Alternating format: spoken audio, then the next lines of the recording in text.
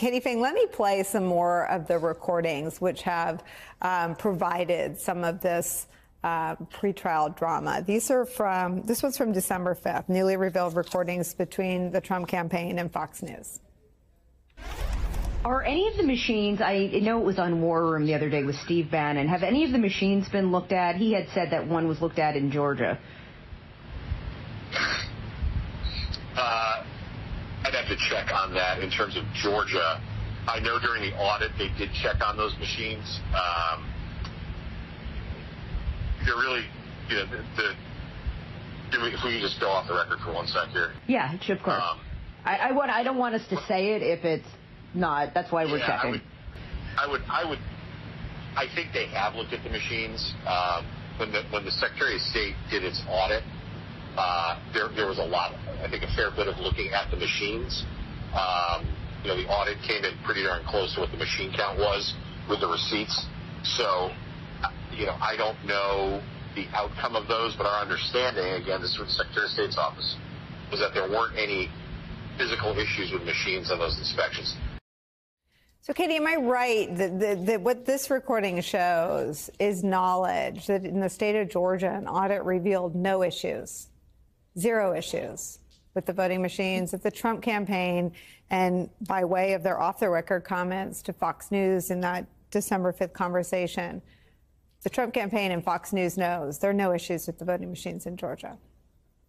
Yeah, and the critical part of what you just said, and the critical part of that recording, Nicole, is the, hey, can we go off the record for a second here? And that's the important part, right? The part that was off the record, which was the truth, that an audit was done of the machines. The counts were almost identical. There were no problems. I think Fox is going to go into this trial, Nicole, saying, okay, we can't rely upon truth because the court has already ruled that falsity exists. Everything that was coming out of Fox News was not true. So then they're like, okay, well, maybe we can rely on this idea that we were waiting for offers of proof. And that is one of the defenses that we're going to hear from Fox in this trial. We were told by Rudy Giuliani, Jenna Ellis, Sidney Powell, that I'm going to give you that evidence. I'm going to get that evidence for you. So we're just going to put forth those lies, and then we're going to backstop it later with the truth. Well, where is that? It doesn't exist. And that is why jury selection is going to be so important in this case. As trial lawyers, we always say you win and lose a case based upon your jury selection process.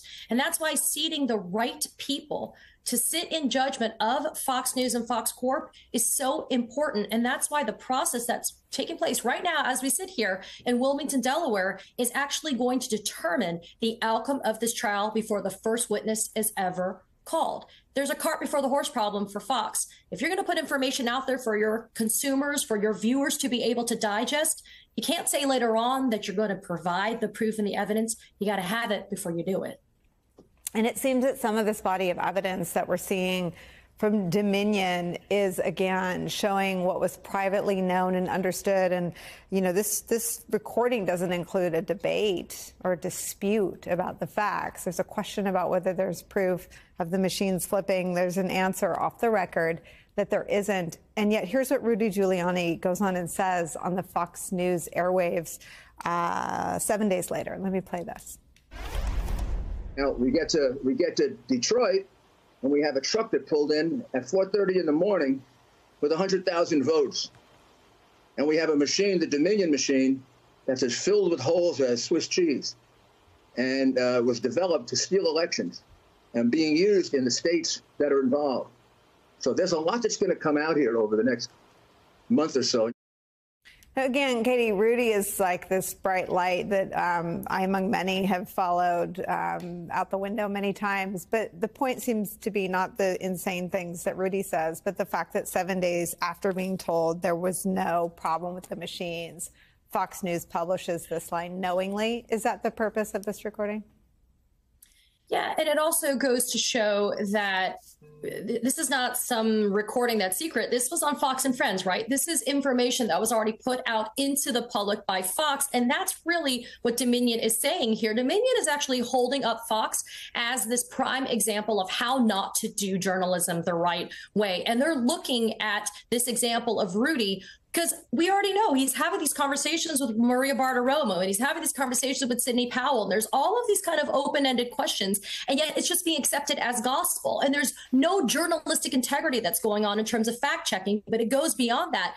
The problem is that this information is coming forward from Abby Grossberg after the discovery process has been concluded. Fox today said, and I wanted to just say this very quickly, Nicole, Fox says that it learned about the existence of these recordings when Abby Grossberg filed her errata sheet. So I want viewers to understand is an errata sheet is when you're under oath, you're deposed, and you're given the transcript and you're allowed to make corrections. That's errors, errata. That's your errata sheet. Abby Grossberg says after she was coached by the Fox lawyers, she had her deposition done. She asked repeatedly to do an errata sheet because her conscience plagued her, and she was never given the errata sheet. It was only after she got her own counsel and she got rid of Fox's lawyers that she was able to file this errata sheet.